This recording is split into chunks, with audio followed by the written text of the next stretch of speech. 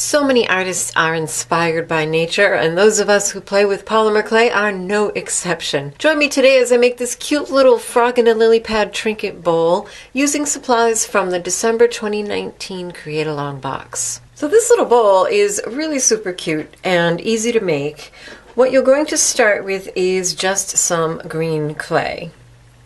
You can roll it out to a thinnish setting. Mine is about a number 3 on my pasta machine, somewhere around a millimeter and a half thick.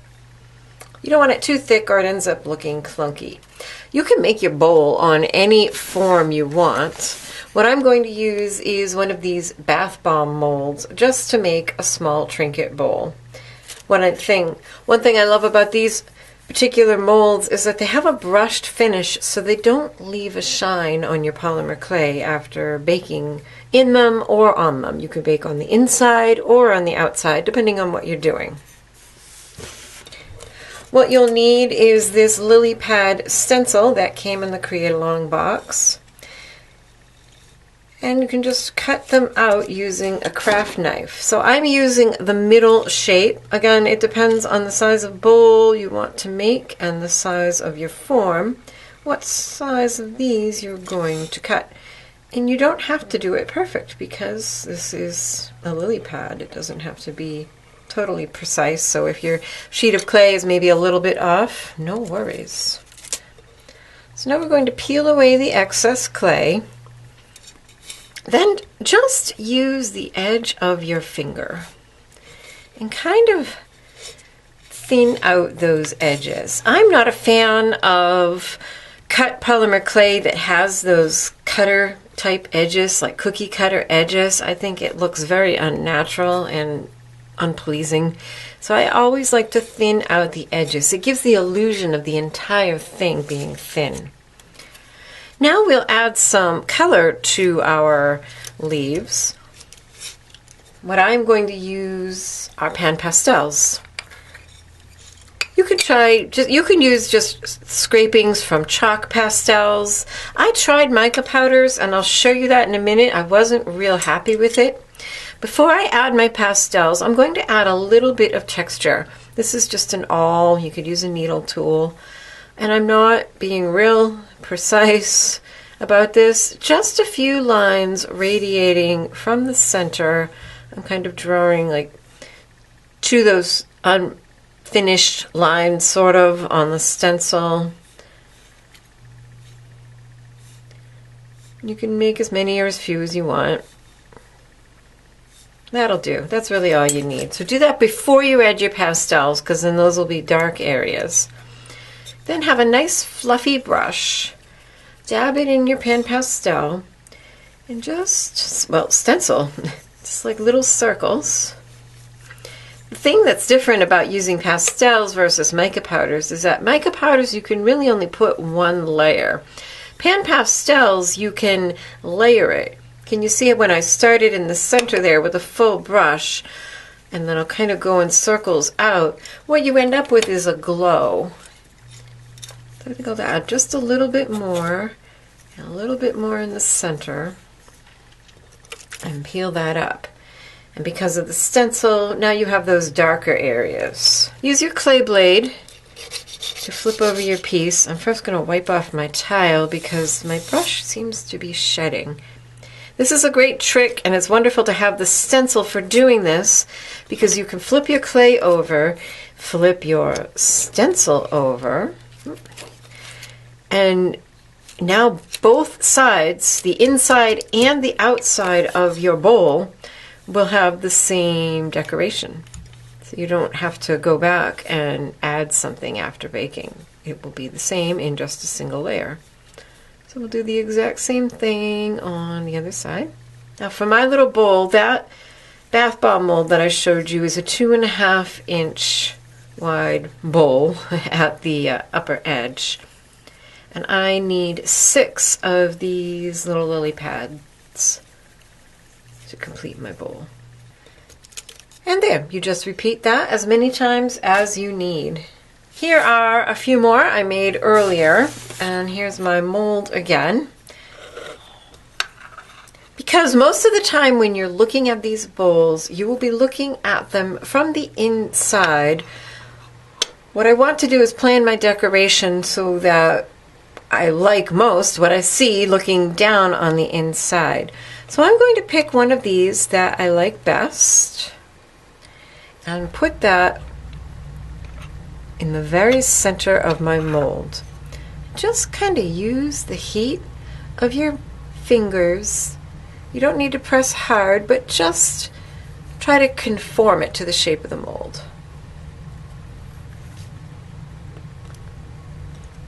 Now you can place the remainder of your leaves around the bowl.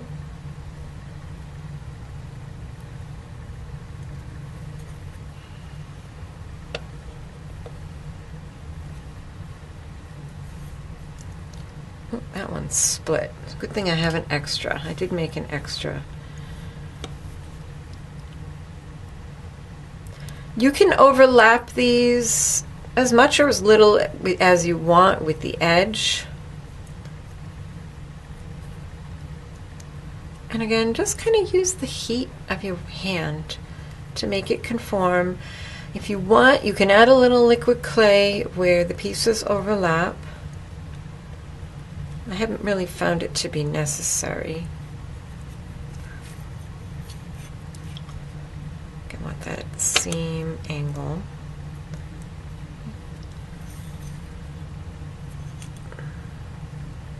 So spend a little time fussing with that until you're happy with it.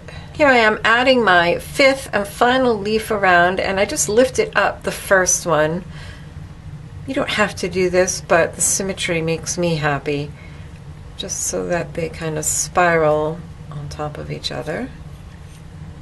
And I like the way these overlap here. You'll want to place that on a card, like an index card. And if you want, you can kind of press those out and down a little bit to be the lip of your bowl. And then bake that at the manufacturer's recommended time and temperature for your particular clay.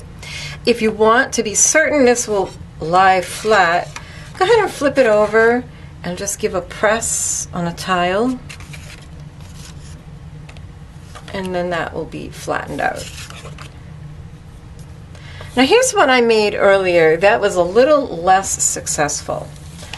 I did a few things different on this one. First of all, instead of starting with just a solid sheet of green clay, I thought it would look good to have a blend. And so I made a Skinner blend, and I wasn't happy with that in the least. Also, I used mica powders, which I just didn't think looked nice on here. I wanted more of a naturalistic look, and mica powders are definitely not giving me that.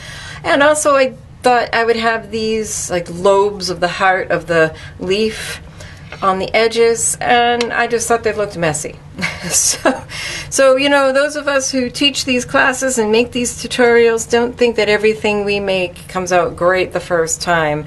Often the first one is just a rehearsal and an exercise in finding out what doesn't work. Now here's the frog mold that came in the Create Along box, and here's a little frog that I molded from it. Looks like I've got a little bit missing from his knee there. These are incredibly detailed and deep molds. They're more than knee deep.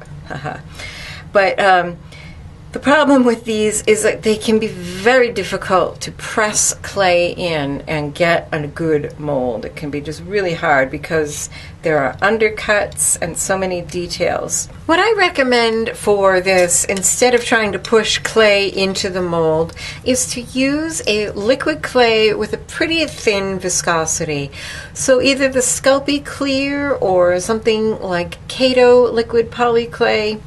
My bottle of Sculpey Clear has gotten thick. I think perhaps I should have been stirring it all along, which somebody mentioned, although it doesn't say it anywhere in the instructions.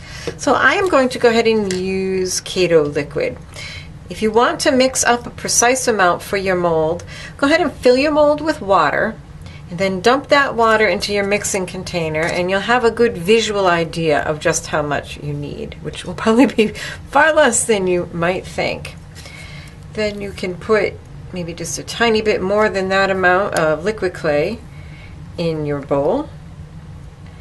to color this, I am going to use alcohol ink. This is Pinata brand. I really like the Pinata alcohol inks because they don't seem to shift color like the Ranger ones sometimes do in the oven. I've put like the Ranger, the really pretty purple color in, and it comes out this nasty brownish pink. So yeah, some of their colors just shift, but the Pinata is very saturated and doesn't seem to shift color. So I'm going to put the smallest amount of ink I can in here, basically just kind of wiping that tip on the bottom of my container. So a very small amount. And then I'll just mix that up with the liquid clay and use that, whoops, to fill my mold.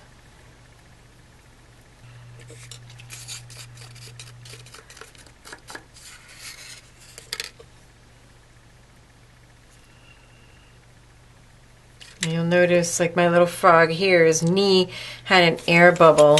So I may go in there with my awl or a needle tool and just kind of poke around a little bit and see if we can get that liquid clay down into all of the spaces, kind of squish it in both directions. And also just letting it sit for a while before you bake it will give those air bubbles an opportunity to rise to the top. When you're using liquid clay, do be sure to check the temperature on the bottle. It's often different from its accompanying brand of clay. Often you can bake the liquid clay at a higher temperature.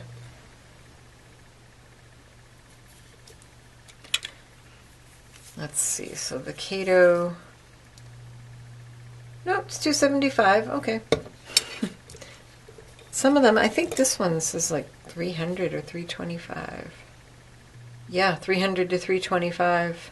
This one also interestingly says to put your mold in the oven and warm it up before you pour the liquid clay in or to bake it, which I tried and I didn't notice any difference. I'd be interested if you have any idea why you should be doing that. Then I will bake this alongside, oh, see, there goes an air bubble.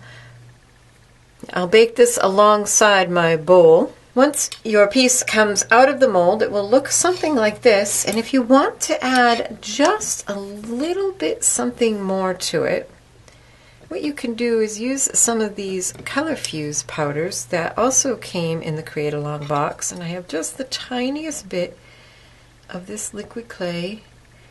And I'm just going to kind of spread it on the frog's back and on the back of his legs. And then I'm going to clean and dry my fingers. Oh gosh, I opened that upside down. I hate it when I do that. And sprinkle some of that on him and put him back in the oven to melt those powders. You can use a clean, soft brush to brush those powders away from areas you don't want them, or if you want less of them. They are pretty staticky. Maybe just a little bit on his head. Because you see frogs with those kinds of patterns. So just throw them back in the oven and it will melt those color fuse. So here's our bowl and our little frog out of the oven all baked. I think the bowl came out super cute. My pastels are definitely far more subtle than I expected them to be, but I think it's still quite pretty and a really nice shape for a trinket bowl. And here's my little frog with his sprinkles, so to speak. Now I thought these were a little heavy on him, so I actually came in with a craft knife where you can use an awl or a needle tool, and I actually managed to kind of just gently scrape some of it off so it wasn't quite so heavy looking. It just looked a little weird to me. It didn't look quite right. So you can do that. You can go back in and touch these up with some antiquing, with some dry brushing for highlights, whatever you want to paint them and finish them. I'm actually going to paint this little frog's lily pad.